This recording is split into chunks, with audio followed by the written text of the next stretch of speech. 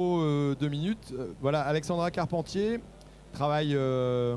Tu travailles ou tu as créé aussi ce Non, on travaille pas chez Toupie. Toupie? Voilà. Organic CEO, c'est ça? Oui, CEO dans le monde des startups, on aime bien dire des termes comme ça. CEO, Ouais, les trucs, on sait pas à quoi ça sert, mais au moins ça fait bien. Voilà. Vous utilisez des urines pour développer des process, des produits. Urine humaine. Humaine. Voilà. On ne saura pas pourquoi le maillot est jaune, mais en tout cas, voilà, on a trouvé la référence. Et on va découvrir ce que c'est. Alors, honnêtement, j'avais un a priori dessus, et après j'ai découvert, c'est quand même très sympathique. Alors, on a aussi, à côté, allez, je vais prendre dans l'ordre, Charles. Donc, Vaudry, je ne me trompe pas. C'est ça. Directeur santé des sols chez Syngenta. C'est ça. Bon, Syngenta s'intéresse aussi à la santé des sols. Syngenta s'intéresse à tout ce qui peut toucher au monde agricole, et donc la santé des sols fait partie de ces sujets très importants, avec une vision vraiment globale sur la production des végétaux qui inclut du coup les sols. D'accord, très bien, merci. Bon, bah, de toute façon, on va en savoir plus juste après. Et puis, Damien Carroux de Syndev. Voilà. Bonjour. Start-up aussi adhérente du GoFarming. Ouais, start-up. Je me trompe pas. Récemment élu lauréat d'un prix. Le Green Startup par les chambres d'agriculture, ouais. Voilà. Félicitations. Merci. Outils de la décision et l'utilisation des produits de biocontrôle. C'est ça. On parle d'intrants, c'est-à-dire l'objectif pour nous, c'est de donner de la visibilité aux intrants agricoles et justement d'accompagner l'agriculteur dans leurs usages et identifier rapidement les impacts justement de ces produits-là ou leur efficacité sur leur culture. Très bien. Bon, on va essayer de décortiquer un petit peu ce sujet qui est quand même assez complexe. Je vais donner peut-être la parole à Charles pour commencer. Première problématique, comment on démarre, j'allais dire en tant qu'agriculteur, pour réfléchir à l'utilisation de ces nouveaux produits. C'est-à-dire qu'on avait l'habitude d'avoir un produit où c'était un peu on-off, ça fonctionnait. Là, le biocontrôle, il est plus complexe, il travaille avec le vivant. Vous développez aussi un Terrascan qui permet d'avoir un système qui cartographie. Voilà. Pour toi, comment on met déjà en avant pour un agriculteur pour démarrer cette problématique-là et par quoi on fait le premier pas? En fait, je pense que pour parler santé des sols, et avant de savoir quels intrants il faut mettre, il faut connaître ce qu'on veut travailler. Et donc un agriculteur qui veut commencer, il faut qu'il fait traditionnellement des analyses de sol. Savoir où est-ce qu'il est, quel est son environnement. Un agriculteur qui s'installe, qui reprend des terres, il va tout de suite aller regarder sur quelle texture il est installé, quels sont les taux de phosphore, de potassium, pour pouvoir apporter les bonnes doses aux bons endroits. Et aujourd'hui, l'intérêt, c'est d'utiliser des outils qui permettent de le faire très finement, très précisément. Parce que une analyse tous les 10 hectares, ça apporte de l'information, mais ce n'est pas forcément très complet. Et donc l'idée, c'est vraiment de pouvoir offrir aux agriculteurs des outils très précis qui permettent ensuite de positionner correctement certains biostimulants, certains biocontrôles, en fonction aussi des réactions de ces différents outils à des paramètres du sol, typiquement. Ça veut dire que ce que j'ai appris moi à l'école en me disant tu fais une analyse NPK, c'est plus suffisant? Et non, malheureusement, c'est pas suffisant. Sinon, on ne serait pas là. Aujourd'hui, une analyse NPK, c'est nécessaire, mais ce n'est pas suffisant. Je pense qu'il y a tout un tas d'autres paramètres qui sont importants. Le sol, c'est 4 fertilités, globalement. La fertilité physique, donc la structure du sol, la texture. La fertilité chimique, c'est quels éléments, le NPK, qui sont présents. La fertilité biologique, donc qu'est-ce qu'on a comme micro-organismes qui sont capables de construire cette fertilité du sol, d'apporter certains éléments à la plante. Et puis la fertilité hydrique, en quoi le sol, comment le sol va gérer, retenir l'eau, la laisser passer s'il y en a trop en ce moment. Voilà. Et donc c'est avoir un regard sur ces 4 fertilités me paraît aujourd'hui essentiel pour pouvoir construire des programmes d'agriculture régénératrice, durable, on peut appeler ça comme ça, hein, comme on veut. Alors c'est aussi l'évolution de l'attente sociétale, des besoins des agriculteurs aussi de partir sur d'autres systèmes. La diminution à l'accès demain à des intrants phosphore-potasse, entre autres, le coût énergétique et le coût environnemental de l'azote, qui fait qu'à un moment donné, le modèle qu'on trouvait peut-être un peu simple et assez accessible était obligé d'être modifié. Et c'est là-dessus qu'on va devoir partir pour pouvoir faire évoluer les choses, quoi. Bah, je pense qu'il y a, ça c'est la question sur l'agriculture de précision.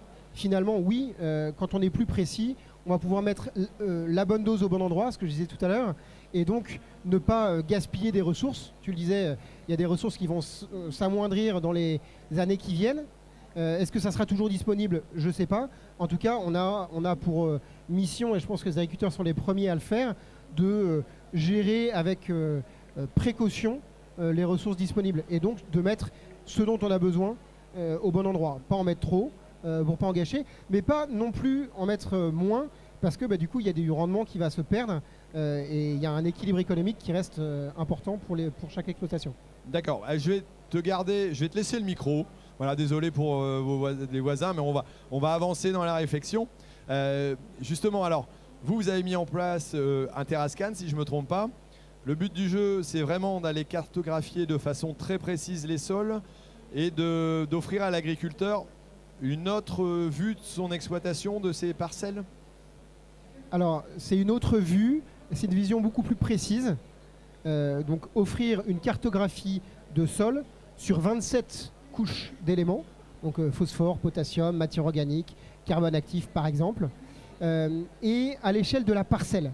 C'est non plus un point tous les 10 hectares ou tous les 5 hectares qui donne une vision très peu précise finalement du sol, puisque même si c'est un échantillon composite, on fait une espèce de moyenne.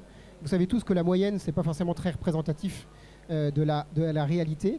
Et là, on offre des cartes précises de l'hétérogénéité du sol sur chacun de ces éléments. Ok, donc ça va donner une cartographie plus précise et aider à définir la suite. Allez. Ça aide à définir la suite et ça aide surtout à appliquer correctement chaque dose d'éléments au bon endroit, là où on en a besoin, à moduler en fait les doses. Ok, on reviendra un petit peu là-dessus et puis voir la différence. Alexandra, alors dans ces modèles-là, on a besoin de certainement de nouveaux modèles, de nouveaux fonctionnements, entre autres peut-être biostimulants, biocontrôle. Est-ce qu'avant de parler de ce que tu fais, tu peux nous définir un petit peu comment agissent, comment on intervient sur ces procédés-là du sol pour pouvoir justement faire avancer ces nouvelles techniques et pratiques? Alors je vais surtout parler des biostimulants parce que notre premier produit c'est un biostimulant, même si effectivement on a vocation à déployer un biocontrôle. Essaye peut-être de mettre le micro plus en face, ouais. Donc voilà. Je vais me concentrer sur la biostimulation. Nous aujourd'hui donc effectivement on vend un premier biostimulant et c'est extrêmement important pour nous d'avoir à la fois cette connaissance du sol et une bonne compétence et technicité dans l'application de la part de l'agriculteur pour optimiser l'efficacité. C'est-à-dire que le sujet qu'on a par rapport à des intrants chimiques traditionnels où là on va se focaliser sur la mesure du rendement, quand on parle de santé des sols, de biostimulation, on ne peut pas parler que du rendement. On va parler d'autres caractéristiques sur le végétal et on va aussi regarder l'impact sur la santé des sols. C'est-à-dire que ce qu'on dit, nous vendeurs de biostimulants, c'est que d'utiliser ces produits-là va contribuer sur le long terme à améliorer la stérilité des sols, la fertilité des sols. Pardon pour le lapsus. Et en ce qui nous concerne, nous, avec nos produits microbiens, en particulier la fertilité biologique. D'accord, donc on est sur une évolution. Alors ça veut dire que moi, les modèles que j'ai connus au départ, il va falloir les réfléchir, les modifier.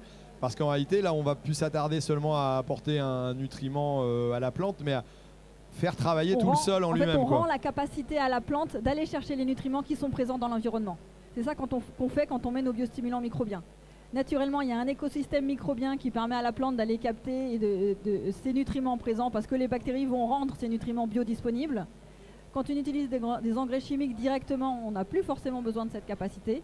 Quand on réintroduit les biostimulants microbiens, on redonne à la plante cette capacité d'aller chercher toute seule ces nutriments qui sont présents en abondance et qui permettraient donc de diminuer l'apport en engrais minéraux artificiellement. Alors, j'ai entendu diminuer. Oui. On n'est pas là pour remplacer.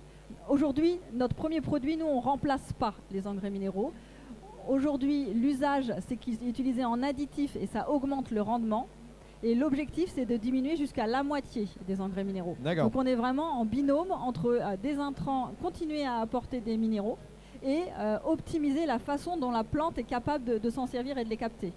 On est vraiment en partenariat en réalité. Ok, donc ça veut dire que ce que je fais depuis 28 ans, c'est peut-être un peu de bêtise d'aller passer mon épandeur d'engrais régulièrement avec les doses qui m'ont été conseillées par tous les systèmes, quoi. On gagne en précision avec l'expérience, si je puis dire. C'est vraiment ça, on bascule dans une agriculture de précision. Donc c'est rendre accessible à la plante, j'allais dire des produits. On va pas changer leurs besoins, azote, phosphore, potasse, ça reste la base, on est d'accord? On est d'accord. Plus bien entendu beaucoup d'autres éléments, mais on garde la base. Et c'est de rendre plus accessible en transformant un peu voilà, la possibilité d'accessibilité de ces produits-là, quoi. Voilà, ça c'est la première modalité d'action. Et ensuite, les autres modalités d'action, c'est dans un produit comme celui que nous on vend, le Lactopistart, qui est un produit fermenté. En fait, les bactéries, quand elles fermentent, elles produisent aussi d'autres molécules dans le substrat qui nourrit l'urine. Donc, et ces métabolites peuvent avoir des effets directs sur la plante parce qu'il y a des précurseurs d'hormones de croissance, par exemple, des végétaux. Donc là, on va apporter autre chose que des minéraux. On va rentrer dans la biologie, dans le métabolisme des végétaux.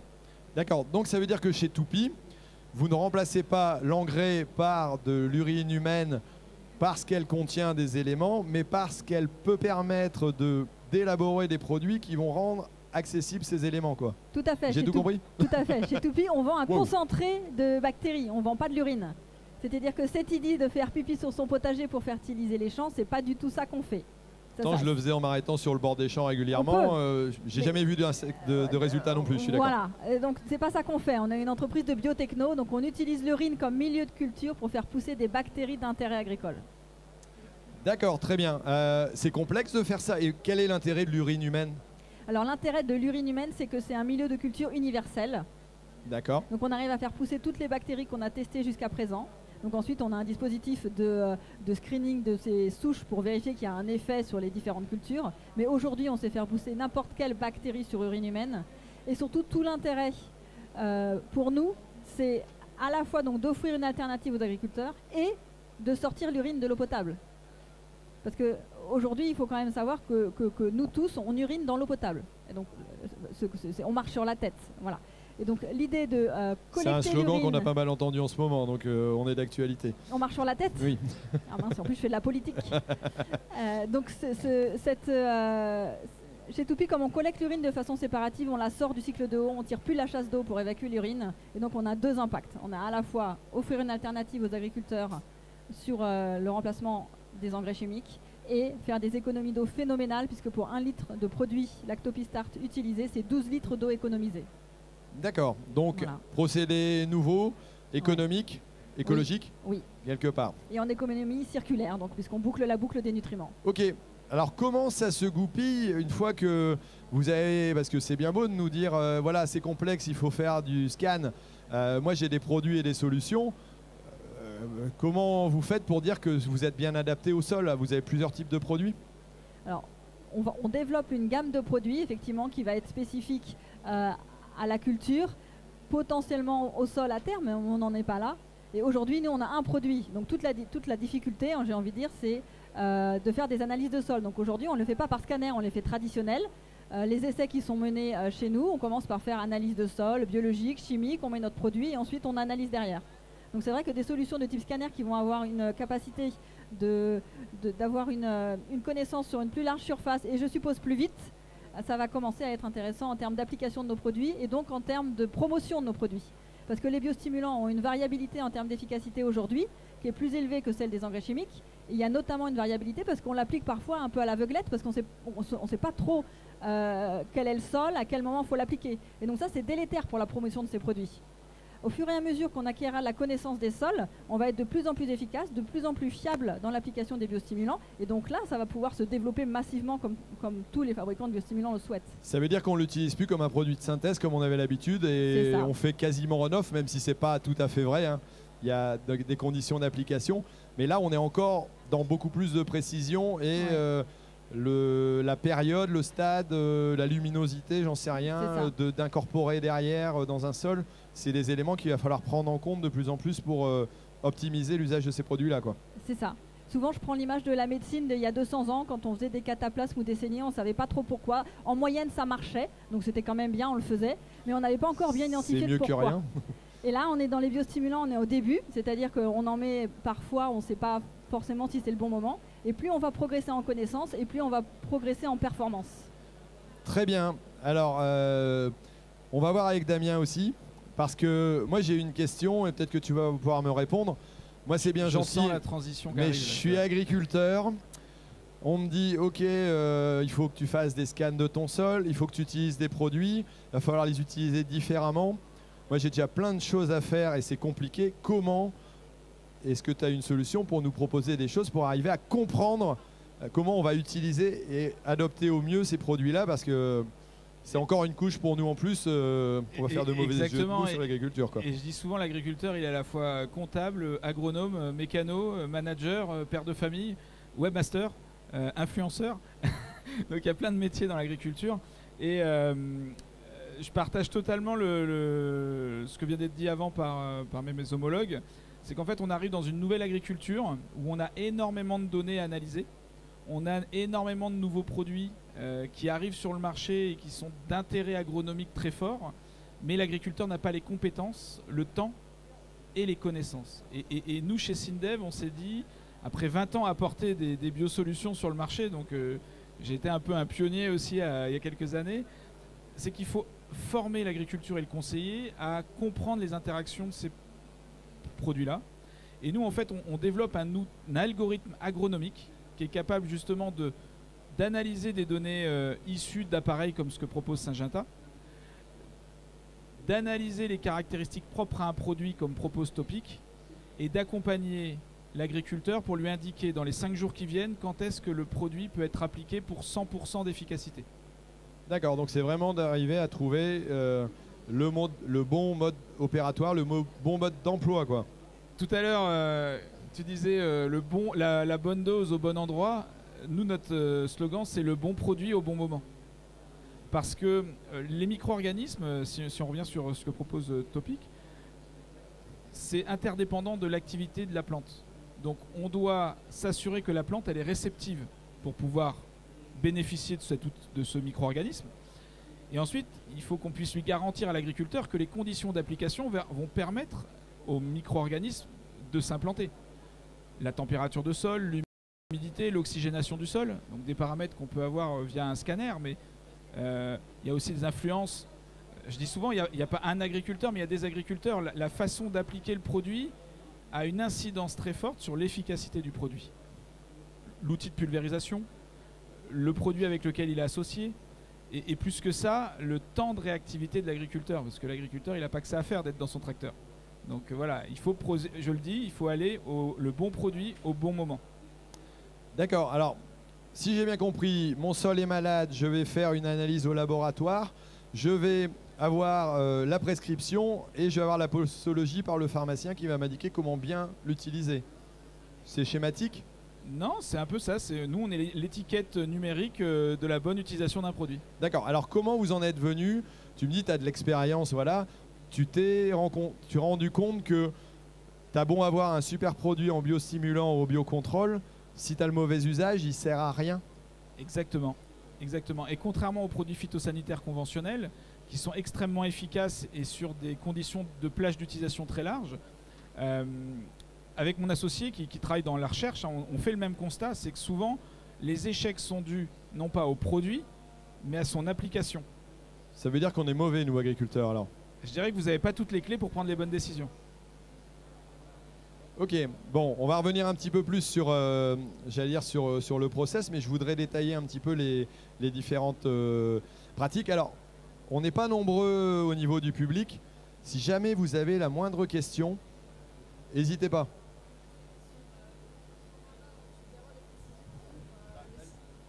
Bonjour, Stéphanie Hérault de Référence Agro.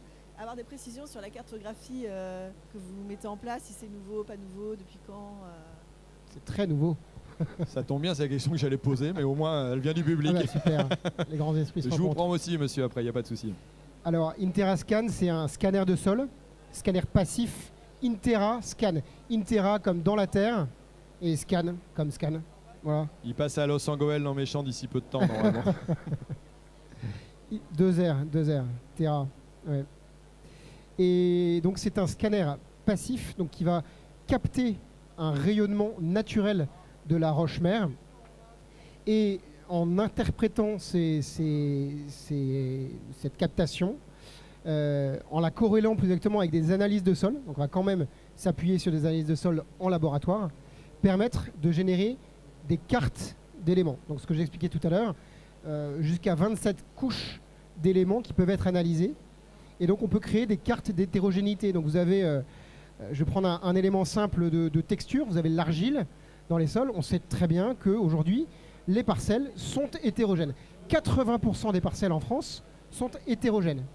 Et donc, comment est-ce qu'on mesure cette hétérogénéité? Est-ce que c'est en faisant un prélèvement, même s'il est composite, on va prendre 15 échantillons de sol, on va les mélanger dans un grand seau, puis on va vous dire, vous avez 50% d'argile sur le sol. Sauf que ça, c'est une moyenne. C'est peut-être en fait 90% dans un bout de la parcelle et 20% dans un autre bout de la parcelle, ce qui peut changer totalement. Je vous donne un exemple concret, l'utilisation d'herbicides racinaires. Et voilà. Et donc, comment est-ce qu'on peut moduler les herbicides racinaires en fonction du taux d'argile? C'est ce que permet aujourd'hui Interascan, le scanner de sol. Pour l'instant, avec les images satellites, on sait moduler de l'azote parce qu'on a le développement végétatif. Là, l'objectif, c'est de dire sur les autres éléments, on va pouvoir le faire aussi. Et on va cartographier, moduler. Alors, c'est quoi? C'est l'herbicide, c'est la quantité, pourquoi pas... Des produits phyto, des produits d'engrais, bien sûr, des fluors de fond, PK, typiquement, la matière organique, les apports de matière organique, et des densités de semis. Ça peut être des densités de semis de culture de rente, ça peut être des densités de semis de couvert. Voilà. Puis demain, vous avez le sujet du carbone, dont on parle à peu près partout sur chaque stand, qui va aussi émerger. Si on est capable demain de mesurer la quantité de carbone à l'échelle de la parcelle et non pas sur un prélèvement qui a été fait au hasard, ça sera quand même beaucoup plus précis, puisqu'on pourra dire vous avez X tonnes de carbone dans la parcelle, et vous n'avez pas une estimation qui serait de plus ou moins X tonnes avec plus ou moins 50%. D'accord. C'est pas un process nouveau que vous venez de mettre en place, ça existe déjà, c'est testé? Alors c'est une technologie qui existe depuis 15 ans, qui est testée dans le monde entier, et qui en fait est fournie par une société qui s'appelle Sol Optics, une société canadienne, et avec qui on a une licence pour opérer sur le territoire européen. D'accord. Allez, on va passer à une question suivante, monsieur. Alors, bonjour. J'ai eu réponse partielle avec la question de madame. Moi, je suis très intéressé parce que dans mon pays, il y a aujourd'hui un programme qu'on appelle le Green Generation. Et parmi justement les travaux qui se déroulent, il y a des travaux de ce genre-là. J'ai une toute petite question concernant le produit dans le sol par rapport à la pluviométrie selon la région, selon ceci. Qu'est-ce qu'il y a comme réponse? Est-ce que ma question est claire? Quel pays, monsieur? Maroc. La question c'est quoi? C'est quand est-ce qu'on applique le produit par rapport à la pluie? Bon, déjà la première réponse c'est oui, ça a une importance très importante.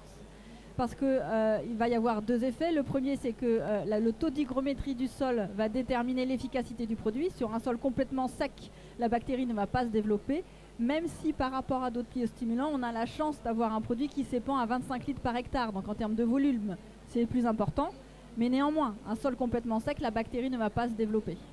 Et enfin, le deuxième élément important, c'est si on a une grosse pluie juste derrière et qu'on lessive tout le produit, évidemment qu'il va falloir en mettre et que ça ne va pas fonctionner. Donc on a toujours cette question de mettre le bon produit au bon moment. Les mêmes problématiques que sur d'autres interventions. Est-ce que vous avez encore des questions aussi au niveau du public? Toujours à propos d'Interascan, désolé parce qu'il me manque des infos. Vous le lancez, c'est lancé depuis quand? Il y a combien, avec combien de structures c'est commercialisé? C'est en cours de lancement, donc c'est maintenant. Ça a été annoncé l'année dernière au Cultural. Et vous aviez sans doute vu c'est le magnifique scanner, le magnifique quad qui était sur équipé. un quad. Voilà. Et puis on est en cours de commercialisation avec différents partenaires distributeurs dans la France entière. Donc là, c'est une année quelque part de déploiement, de tests à grande échelle pour pouvoir montrer l'utilisation, voir comment ça fonctionne et puis à fait. vous le Tout à mettre en fait. déploiement, quoi. Générer les premières cartes et puis commencer à travailler en parallèle avec nos produits, avec des produits partenaires pour se dire quels sont les liens qu'il y a entre caractéristiques du sol et efficacité de ces nouveaux produits qu'on voit sur le marché. D'accord. Est-ce que demain, on va trouver, peut-être pour Damien, est-ce qu'on va trouver un peu l'équivalent de ce qu'on a? On connaît le Contens, produit voilà, qui est utilisé contre le sclérotinia, sur lequel il faut aussi avoir des pratiques d'usage qui sont quand même un peu plus complexes qu'un produit classique. Est-ce qu'on va avoir un peu des solutions pour tout ça au fur et à mesure? Comment on va avancer, j'allais dire, dans les solutions parallèles aux produits de synthèse, quoi?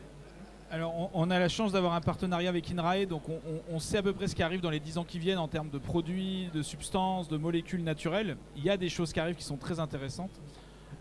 Pour les produits actuels, le Contens c'est un produit qui commence à trouver son marché, mais qui est très sujet aux conditions climatiques d'usage et aux conditions d'application, donc la réceptivité de la plante. Ce qu'on voit arriver très très vite en agronomie, c'est la combinaison et l'agrégation de solutions, de biosolutions. Alors même si aujourd'hui on essaye de combiner ces produits naturels à certaines molécules chimiques pour avoir plus d'efficacité, tu parles du Contens, en carotte, on voit très bien que le Contens associé à des prébiotiques de sol, c'est-à-dire qu'on apporte le micro-organisme et je dirais son petit sac à dos de survie sur le terrain, on augmente quasiment de x3, x4 son efficacité. Donc les produits naturels, ils sont déjà efficaces et on améliore l'efficacité avec l'association à de nouvelles solutions. Alors moi je pense que déjà des produits phyto, savoir les doses, quand est-ce qu'on les applique, tout ça c'est compliqué. Alors demain tu vas devoir mettre avec ton Contens des probiotiques, mais il va falloir attention à la couleur de la lumière et si voilà, il y a un coup de vent ou un peu de pluie derrière ou devant. Tous ces critères-là, comment moi je vais avoir un outil de décision qui va m'aider, quoi, parce que notre algorithme nous est capable d'analyser tout ça en instant T.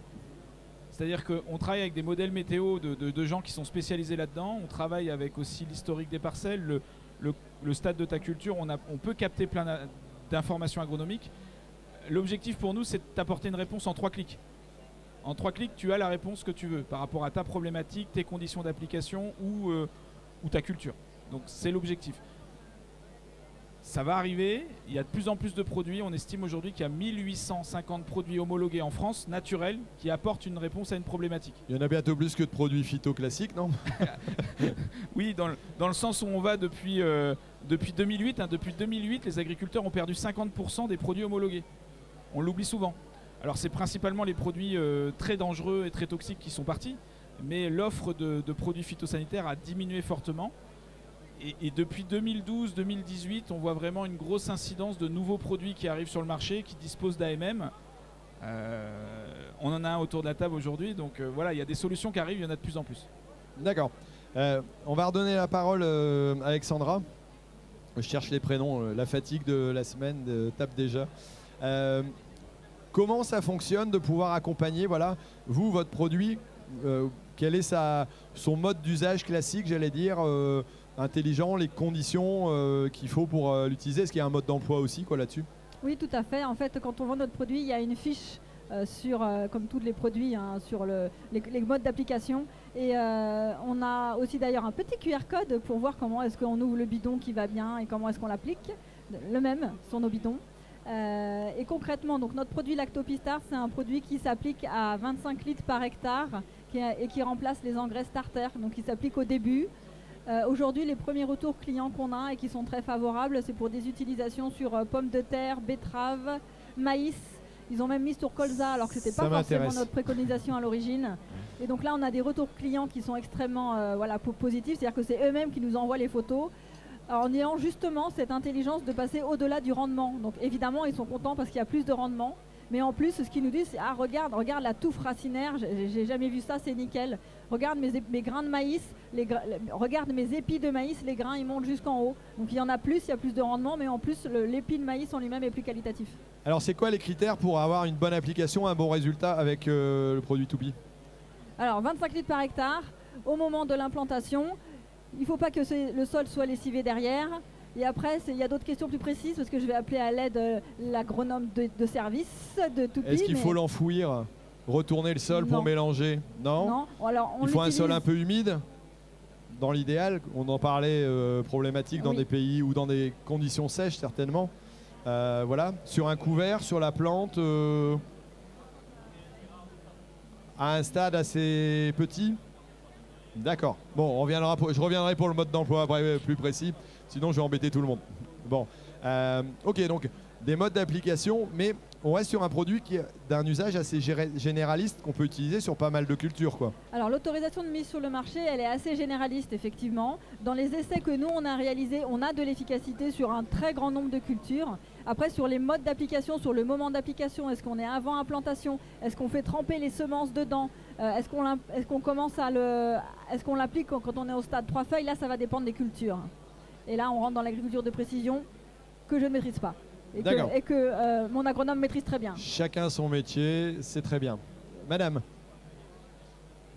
Merci. Je voudrais poser une question concernant les produits. Vous dites que c'est sur un grand nombre de cultures. Or, les besoins des cultures sont différents. Les plantes, oui. Elles n'ont pas les mêmes besoins en éléments nutritifs. Oui. Oui. Et vous dites qu'on peut utiliser sur un grand nombre de produits. Est-ce que, par exemple, ça sera peut-être des dosages spécifiques? Je ne sais pas. Alors, en fait, réglementairement, c'est utilisable sur un grand nombre de cultures.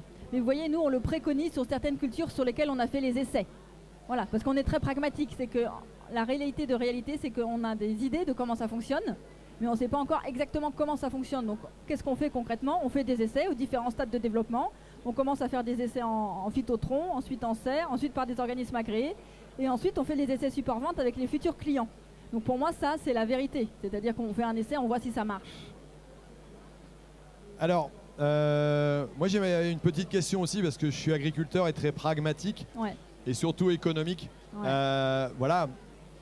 Je suppose qu'il y a un retour sur investissement qui est intéressant sur le produit. C'est quoi le coût pour un hectare Alors le Lactopistart, on le vend en moyenne, mais ça dépend des cultures, 50 € par hectare. D'accord. C'est-à-dire que quand on le compare aux engrais qu'il remplace, donc les engrais starter qui sont autour de 70 à 100 € par hectare, si on diminue de moitié l'apport d'engrais chimiques, on garde le même rendement. Donc il y a un gain pour l'agriculteur. Et une autre façon de l'utiliser, c'est l'utiliser en additif. Et donc là, on peut gagner autour de 10% de rendement. Et donc là aussi, il y a une économie, il y a un petit gain pour l'agriculteur par rapport au fait d'utiliser notre produit. Additif, c'est-à-dire en mélange avec... On utilise la même dose. Ouais, on utilise certains agriculteurs pour démarrer ne se sentent pas encore de diminuer leurs apports d'engrais chimiques parce que voilà, ils sont sûrs de ce truc-là. Et donc ils lui mettent en plus et constatent une augmentation de rendement de l'ordre de 10%.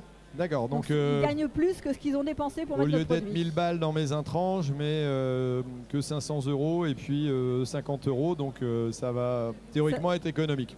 Ça, c'est quand on est en substitution partielle. D'accord. Vous voyez, on a deux modes d'application, en substitution partielle ou en additif par rapport à la dose complète. Il y a deux façons de faire. Damien, c'est pareil, le coût d'une cartographie, bonne question. Bonne question. En fait, ça va dépendre de deux paramètres. Le paramètre de scan d'opération, c'est-à-dire si vous avez 120 hectares à scanner, ça va vous prendre 4 jours, 4 demi-journées, pardon. Et si vous avez 10 hectares à scanner, ça ne va même pas vous prendre une demi-journée. Donc le coût, le temps qu'on va passer sur la parcelle. Et puis derrière, le niveau d'analyse que vous allez aller chercher. Je vous parlais tout à l'heure de jusqu'à 27 couches d'analyse. On n'est pas obligé de prendre les 27 couches. Donc certains agriculteurs n'ont pas besoin de prendre ces 27 couches parce qu'ils ont juste besoin de PK, comme tu disais tout à l'heure. Et donc on va aussi avoir un prix qui va différer. En gros, sur une période de 5 ans, qui est la période moyenne sur laquelle on va pouvoir refaire des analyses, sur une période de 5 ans, ça va coûter entre 15 et 27 € de l'hectare en fonction de la taille, en fonction du pack choisi. D'accord. J'imagine que c'est un investissement à long terme aussi. On ne va pas repasser tous les 3 ans avec l'Interascan, quoi. Tout à fait. C'est un investissement, je pense, enfin, on estime que c'est un investissement autour de 5 ans. Donc, vous faites le passage Interascan pour 5 ans. et vous n'avez pas besoin de repasser dans les 5 années qui viennent. Vous pouvez repasser si vous avez fait des modifications un peu fortes, structurelles, des très forts apports de matière organique par exemple, mais vous n'êtes pas obligé de repasser. Typiquement, la texture, la composition en argile, en sable, en limon, ça ne change pas. Ça ne va pas changer, voilà. C'est plutôt en millions d'années que ça se compte. Donc si on repasse dans quelques années, on risque de ne pas forcément avoir besoin de refaire tout le scan non plus ou de moduler, quoi. C'est une possibilité. Perdu le micro. On en est au début de ce projet, et donc effectivement, on peut imaginer tout à fait que sur certaines parcelles scannées en année N, en N plus 5, on revienne juste faire des analyses de sol pour réétalonner le scanner. On peut tout à fait l'imaginer. D'accord. Ok, bah, très, très intéressant. Ouais, donc, a priori, un coût maîtrisé si on le considère sur une durée qui est assez importante. Tout à fait. Et après, il faut effectivement inclure aussi le ROI, parce que c'est aussi un produit qui a un ROI. Donc, c'est quelles économies d'intrants on va pouvoir faire avec ce scanner. Ça, c'est quand même important. Mais quelle harmonisation, homogénéisation du rendement on va aussi avoir, puisqu'en fait, sur des zones qui étaient appauvries, eh ben, vous allez pouvoir apporter des éléments nutritifs, soit des éléments minéraux, soit des éléments biologiques en fonction de ce qu'on aura détecté dans le sol. Et donc, homogénéiser un rendement et l'augmenter au niveau de la parcelle. Ok, très bien. Ben, ça y est, je suis encore perdu. Damien. J'ai une mémoire de poisson rouge pour les prénoms, donc faut pas vous étonner. C'est pas grave. Mode opératoire de votre outil, c'est quoi? C'est sur mon téléphone, c'est sur Internet? C'est une web app, donc ça a la chance aujourd'hui d'être sur un format web mobile, mais aussi plateforme ordinateur. La difficulté, c'est qu'une app classique, quand vous la mettez à jour, il faut l'enclencher. Nous, ça se met automatiquement à jour, et dans ces conditions-là, il faut que ça soit le plus frais possible. Nous, on a souhaité, dans notre modèle économique, mettre à disposition gratuitement le contenu Ah, mais ça, c'est une bonne idée, ça. Oui, parce que la montée en compétence de l'agriculteur, elle ne doit pas être monnayée. Si on veut que la transition agricole, elle aille vite, il faut donner le contenu à disposition. Par contre, si l'agriculteur souhaite s'interconnecter avec d'autres outils, être accompagné avec l'algorithme de bon positionnement, bah, là c'est payant, et généralement ça passe dans les filières ou dans les chambres d'agriculture. C'est pour ça qu'on a gagné le concours dimanche. Donc c'est entre 150 et pour des utilisations très ardues en vigne, jusqu'à 600 €, parce qu'en fait on prend en compte le stockage des datas. D'accord, donc là c'est aussi plutôt adapté aussi à des groupes. Exactement, des groupes qui veulent accompagner des agriculteurs dans la transition. Ok. Je dis souvent qu'un produit qui est mal utilisé, il coûte 2 fois quand vous l'achetez et que ça ne marche pas, et quand vous devez racheter quelque chose peut-être plus cher pour corriger. Et quand on connaît le coût de la protection phytosanitaire d'un agriculteur, un produit qui ne fonctionne pas, ça coûte plus cher qu'un abonnement à l'exploitation de 300 €. D'accord. Est-ce qu'il y a encore des questions? Annuel, à l'exploitation. Abonnement annuel. Est-ce qu'il y a d'autres questions? Non? C'est bon? C'est parfait. Alors, on va bientôt conclure, mais moi j'aimerais bien avoir un petit message et une petite dernière réponse à ma question. Intrants et santé des sols, alors c'est compatible ou pas? Ah bah oui, je dirais même que l'impact est plus positif que négatif sur les intrants qui arrivent demain dans l'environnement de l'agriculteur. Ok. Un sol en bonne santé, c'est un sol qui est productif, et donc il faut le nourrir pour qu'il soit le plus productif possible. Et donc il faut apporter des intrants. Ces intrants, ils sont en partie de synthèse, en partie naturelle, et c'est vers cet équilibre qu'il faut trouver pour assurer aussi l'équilibre économique de l'exploitation. Très bien. Un dernier mot pour Alexandra? Je plus sois, nous sommes un intrant, et aujourd'hui l'apport de ces biostimulants est à la fois un bénéfice pour les rendements et la culture à l'instant T, mais également sur le long terme pour la vie des sols. Très bien. Bon, eh ben, ce sera le mot de la fin. Merci de nous avoir écoutés. Je pense que vous êtes à disposition du public s'il y a des questions. En tout cas, voilà, on a pu bien étaler ce sujet-là. Merci à vous. Au revoir.